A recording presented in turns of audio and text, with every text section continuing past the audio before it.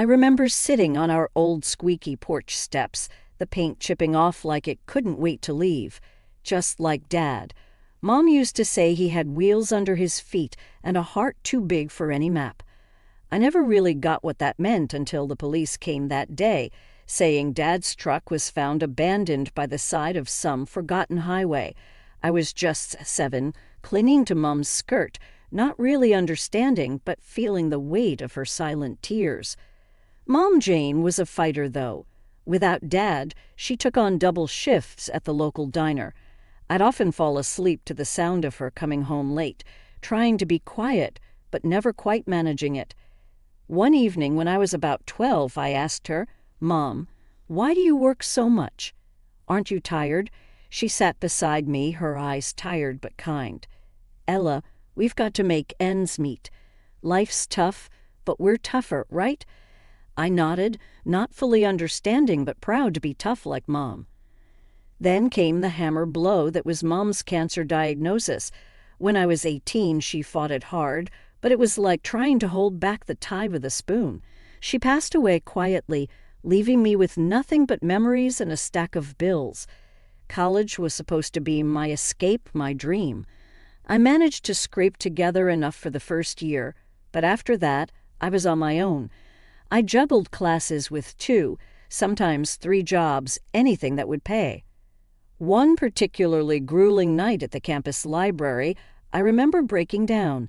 I was alone, surrounded by books that seemed as heavy as the world on my shoulders. That's when I first met John. He walked over, his eyes full of concern. "Hey, are you okay?" I wiped my eyes, embarrassed. "Yeah, just college stuff." He smiled a little awkwardly. "I get it. I'm John, by the way." "Ella," I replied, managing a small smile. That's how it all started with Jan. He was different, kind, and always there, like a steady rock in my turbulent sea. He didn't have much, but he shared everything he had with me, half a sandwich, notes from classes, even his old battered laptop. We'd sit together, sometimes talking, sometimes just sharing the silence. It was comfortable, safe. I hadn't felt that way since Mom was around. "You know, Ella," John said one day, "you're the strongest person I know. You're going to make it, I'm sure of it." I laughed a bit bitterly. Strong. I feel like I'm barely hanging on. That's what being strong is about, isn't it? Hanging on, even when it's the last thing you want to do. I looked at him, really looked at him, and I realized he was right. I was strong like Mom, and somehow I knew I'd make it through, with or without wheels under my feet. College life wasn't anything like those fancy brochures. It was hard, gritty, and it tested you in ways you never thought possible. I remember my second year, standing in line at the financial aid office, my stomach in knots. The lady at the counter looked at me like I was just another number. Next, she called out, not even looking up, "Hi, I'm here about my scholarship renewal." I began, but she cut me off. If it's not renewed in the system, there's nothing I can do. Next, I walked away, feeling a mix of anger and helplessness. That's when I bumped into Jan again. "Hey, Ella, everything okay?" he asked, his brows furrowed with concern. I shook my head. "No, not really. Financial aid's a dead end. Looks like I might have to drop out." John was quiet for a moment. "That's rough, but hey, don't give up. You're smarter than half the professors here." I chuckled despite the gloom. "Thanks, John. I don't know what to do." "Come on, let's grab a coffee, my treat. You can tell me all about it." That coffee turned into many more. John became my go-to person at college. He had this way of making problems seem smaller, more manageable. We'd sit in the cafeteria, him with his endless optimism, me trying not to drown in my own worries. One day he said, "You know, Ella, you should start looking for a job on campus. Might help with the money situation." I rolled my eyes. "You think I haven't tried? It's like everyone's out to get me or something." John leaned in. "Not everyone. I hear the library's looking for someone," John said. "You're always there anyway, might as well get paid for it." I thought about it. Maybe, but what if they say no? Then we find something else. You're not in this alone, Ella. That's how I ended up working at the library. It wasn't glamorous, but it paid some bills. Between stacking books and serving coffees at a local cafe, I barely had time for studies, but I was making it work one day at a time. John and I grew closer. He wasn't just the guy who bought me coffee anymore. He was my friend, my confidant. He knew about my mom, my dad, and all the messy bits in between. It was one evening while closing up the library that John said something that stuck with me. Ella, you're going to make something of yourself. I just know it, and I'll be here cheering you on.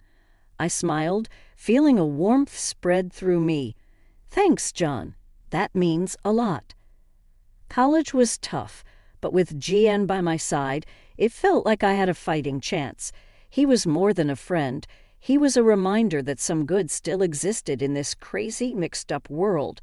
After college, life took a turn I didn't expect. John and I got married. It wasn't some big fairy tale wedding, just a small courthouse due with a few friends and less fanfare. We moved into this tiny apartment that had more cracks than walls, but it was ours. It felt like a fresh start, a new chapter. Then came the problem. John's mom, Mrs. Smith. The woman was a piece of work. The first time she visited our place, her nose wrinkled like she'd walked into a dumpster. "This is where you live," she said, her voice dripping with something that was half disbelief, half disgust. I tried to smile. "Yeah, it's not much, but we're happy." She snorted. "Happy, John? You can do better than this." "And what about kids?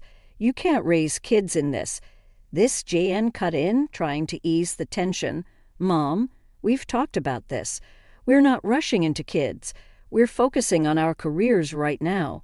But she wouldn't have it. Every visit was a new complaint. "The apartment's too small. The neighborhood's not good enough. Why isn't Ella cooking more?" It went on and on. One evening after she left, I turned to John, frustration boiling over. "Doesn't it bother you, the way your mom talks about our life, John?" "Ever the peacemaker," he shrugged. "She's just worried about us. That's how she shows love, I guess." "That's not love, John. That's criticism." "There's a difference." He didn't say much after that. It was like he couldn't see what was so clear to me. His mom's words were chipping away at us bit by bit. Things got worse when she started hinting we should move somewhere better. I lost it one day. "John, we can't afford some fancy place." "Why doesn't she get that?" John looked uncomfortable. "She just wants the best for us, Ella. Maybe we could look at some other apartments, just to keep her quiet." "Keep her quiet, John? When are you going to stand up to her? We married. This is our life, not hers." He didn't have an answer. That silence said more than any words could. So we kept living our life in our tiny apartment, with Mrs. Smith's disapproval hanging over us like a bad smell. I loved John, but his inability to stand up to his mom was driving a wedge between us. It was like he was still her little boy, not a grown man, married and making his own way in the world. As time marched on, so did our lives, but in different directions. I landed a job at a marketing firm, and it was demanding as hell, but I loved it. I was climbing the ladder, making something of myself. John, on the other hand, was stuck in the same old job, a manager at a local retail store. He seemed okay with it, but I couldn't understand why he didn't want more. One night, I came home late, exhausted but buzzing from a successful project. John was on the couch, glued to some TV show. I flopped down beside him. "You won't believe the day."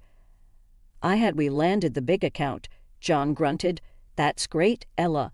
I frowned, looking for some enthusiasm. "Aren't you happy for me?" He turned a bit annoyed. "Of course I am, it's all you ever talk about. Work, work, work." I sat up, stung. "Well, sorry for being passionate about my career. What do you want me to do?" "Be like you, satisfied with just getting by."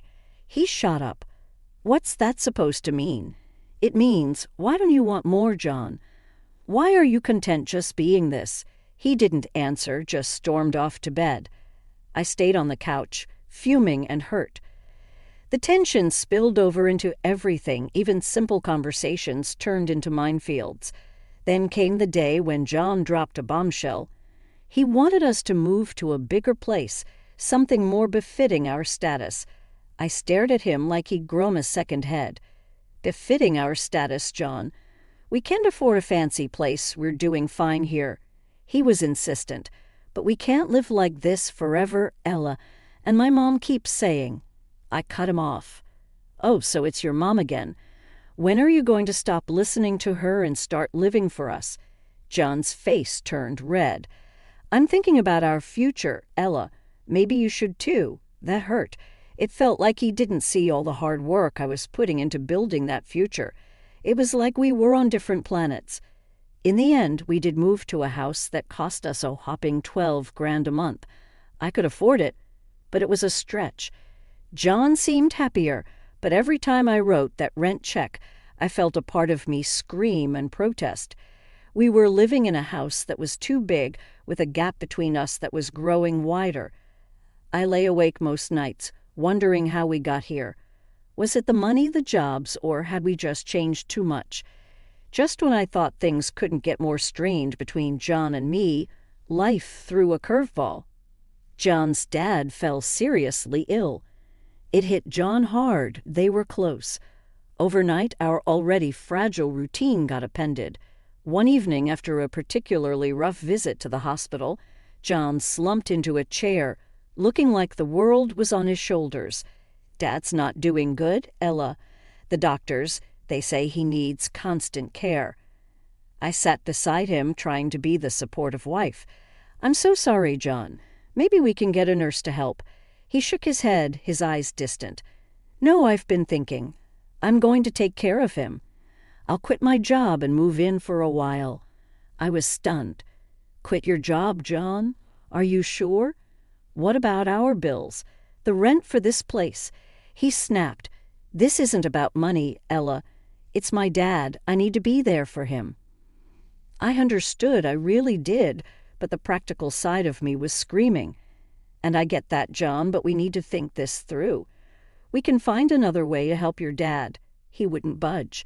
No, my mind's made up. I'm doing this. So he did. John moved into his parents' place, leaving me alone in our big, empty house.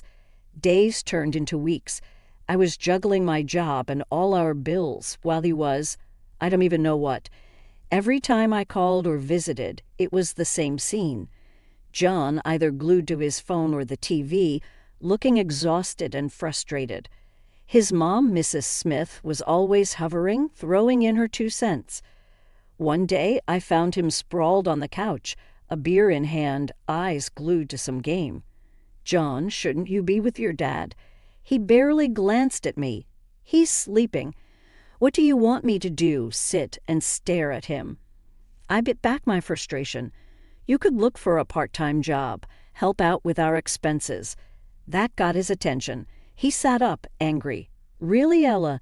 You want me to work now, while my dad's lying there, dying? I tried to keep my voice steady. We're drowning in bills, John. I can't handle everything on my own. His mom walked in, always perfect timing.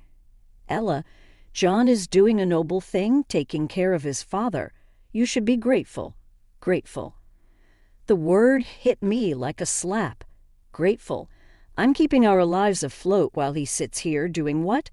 Playing caretaker while watching TV and drinking. John stood up, towering over me. You just don't get it, do you? This is family.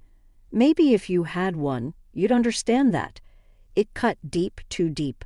I walked out, the sound of his mom's tut-tuts chasing me. I drove home, tears blurring my vision. This wasn't the man I married.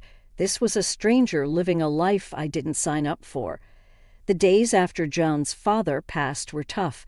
I expected things might start to shift back to normal, but they never did. John never went back to work. Instead, he spent more and more time at his mom's place, leaving me alone in our big, expensive house, drowning in bills and loneliness.